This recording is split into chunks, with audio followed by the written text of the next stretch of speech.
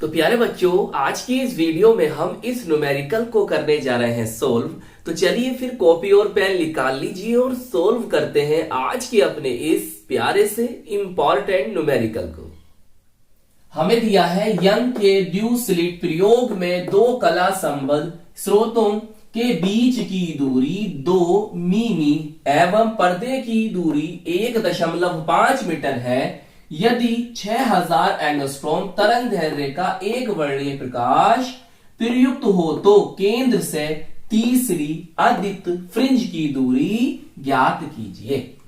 सही प्यारे बच्चों, तो ड्यू स्लिट प्रयोग का जो डायग्राम है वो हमने यहां पर बना दिया है। और बेटे आपने याद भी करा होगा, ये प्रयोग आपने याद करा होगा, 2023 में आ चुका है ये क्वेश्चन। न्यूमेरिकल बात नहीं कर रहे हो, न्यूमेरिकल 2023 में आया है, ये क्वेश्चन पूछा गया था ड्यू स्लिट प्रयोग। चलिए अब आप को सबसे पहले क्या करना है, जो वैल्यूज दे रखी हैं उनको यहां पर लिखना है और फिर क्या पूछा है उसे भी यहां लिखना है, फॉर्मूला लिखना है और फिर उस फॉर्मूले के अंदर इन वैल्यूज को रखना है और आंसर को प्राप्त कर लेना है। बहुत ही प्यारा, बहुत ही सरल न्यूमेरिकल है। टेंशन लेने की बिल्कुल जरूरत नहीं है, घबराने की बिल्कुल जरूरत नहीं है, बस ध्यान से समझिए।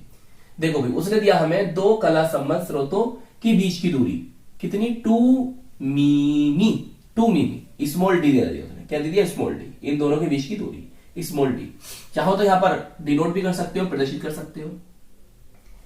तो डी बराबर दिया बच्चों हमें 2 mm।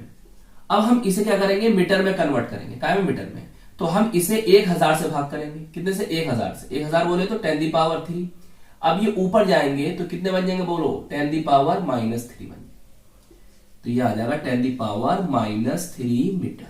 सही, ये आपका स्मॉल डी आ गया।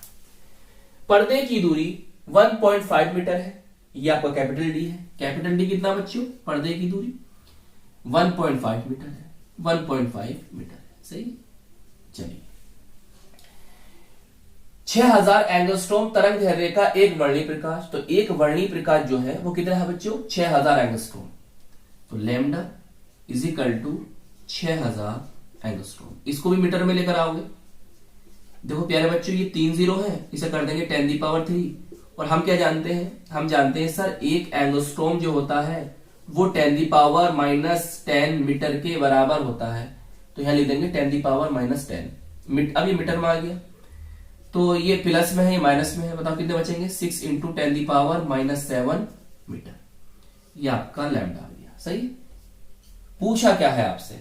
हमसे पूछा है सर, हमसे पूछा है सर, तो मैं यहां लिखता हूं, हमसे पूछा है केंद्र से तीसरी अदित फ्रिंज की दूरी। तो लिख दो यहां पर, केंद्र से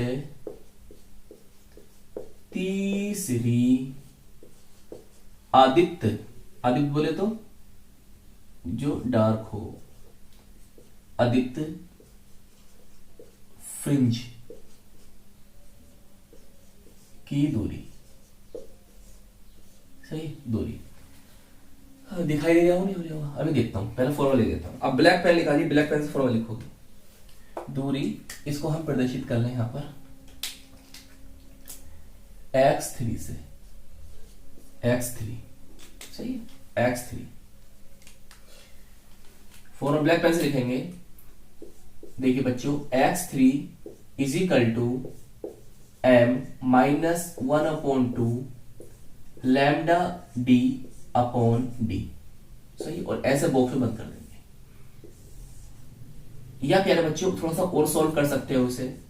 x3 इज इक्वल टू, ये दो यहां आ जाएंगे, 2m-1 ऐसे लोगे ना, अपॉन 2। सही, लैम्डा डी अपॉन डी। किसी फॉर्मूले में ना ये वाला 2 यहां लिखकर इसके साथ लिख देते हैं, तो बात तो वही है ना। चाहे यहां लिख दो, चाहे इसके साथ लिख दो, बात तो वही है। मैं देखता हूं शायद कैमरे में आ रही नहीं आ रही। चलिए अब आप वैल्यूज को रखिए। x3 is equal to 2 × 3। आपको वो 3 कहां से रख दिया भाई साहब? सर 3 कहां से आ गया ये? बेटा ये पूछा था तीसरी आदित्य फ्रिंज, तो तीसरी पूछा ना, तो यहां पर m का मान 3 होगा। दूसरी पूछता तो 2 होता। सही, पहली पूछता तो 1 होता। इस तरह से 1/2 आप क्या कर देंगे? 2 कर देंगे। लैम्डा की वैल्यू सर हमें पता है 6 इंटू 10⁻⁻7।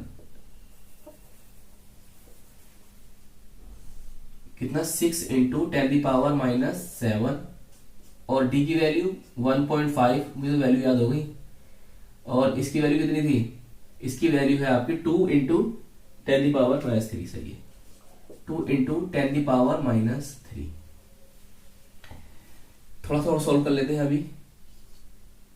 देखो ये देखो 2 तिया 6 और इसमें गए 5 बचे, ये बचा 5/2। पूरा ऐसा करना और इसे भी काट देना, से काट दो। 2 तिया 6 कितना? 2 तिया 6 कितना? 2 तिया 6। यहां बचा 5 और यहां बचा कितना बच्चों? 2 तिया 6। यहां बचा 3 और 1.5 बचा है नी? कितना? हाँ 1.5 बचा। और देखो ये है आपके 10⁻⁻3, उधर ऊपर जाएंगे प्लस के हो जाएंगे, यहाँ माइनस के 7 है और ये प्लस के 3 मिले तो कितने बचे? माइनस के 4। तो 10⁻⁻4 कुछ रह तो नहीं गया? देखो इसमें से घटा ये 5 आ गया, सही है। और ये 2 तिया 6 ये 3 आ गया, 1.5 ये आ गया, 10⁻⁻7 ये 10⁻⁻3 ऊपर गए तो भाई साहब बचे कितने? -4। और नीचे 2 बचा है, नीचे 2 लिख दो। देखो कोई वैल्यूज छुट्टी तो नहीं है, सब हमने वैल्यू लिख दी है। अब प्यारे बच्चों आप इन तीनों की आपस में गुणा करेंगे, तो गुणा करने से आपका आएगा 22.5 10⁻⁻4 और बटे में है प्यारे बच्चे 2। सही है। आप इसे भाग करो, जब आप प्यारे बच्चों इसे 2 से भाग करोगे तो आएगा 11.25 इंटू 10⁻⁻4 मीटर। सही है, यही आपके इस न्यूमेरिकल का आंसर होगा। अब थोड़ा और ध्यान से समझें, थोड़ा सा इसे और सोल्व करते हैं। अगर हम इस दशमलव को इधर लेकर आएंगे, लेफ्ट साइड लेकर आएंगे, तो जितने डिजिट ये जितने अंक जितने डिजिट ये जंप करेगा उतनी पावर प्यारे बच्चों प्लस में जाती है। सही है। तो यहां इसको यहां लेकर आना चाह रहे हैं तो ये केवल एक डिजिट है, तो ये हो जाएगा 10⁻1 और वहां पर 10⁻⁻4 तो पहले से ही है, तो कितना बचेगा? 10⁻⁻3 बचेगा। सही है। तो हम लिख देंगे यहां पर x3 = 1.125 इंटू 10⁻⁻3 मीटर। सही है। अब मेरी एक बात और समझिए बहुत ध्यान से, यहां पर कर देता हूं, आप नीचे नीचे लिखना। अगर हम इसे mm में कन्वर्ट करना चाहें तो क्या करेंगे सर? mm में कन्वर्ट करने के लिए हम इसे 1000 से गुणा कर देंगे। जब 1000 से गुणा करोगे तो ये क्या होगा? कैंसिल आउट हो जाएगा। मतलब x3 = 1.125 mm। सही है, mm। यही क्या होगा इस न्यूमेरिकल का आंसर। चलिए नोट कर लीजिए। तो आई होप ये क्वेश्चन आपको अच्छी तरह से समझ में आ गया होगा। प्यारे बच्चों अपना ख्याल रखिएगा, खूब मेहनत से पढ़ाई करते रहिएगा और हम मिलेंगे आपको इसकी नेक्स्ट वीडियो में। जय हिंद, जय भारत।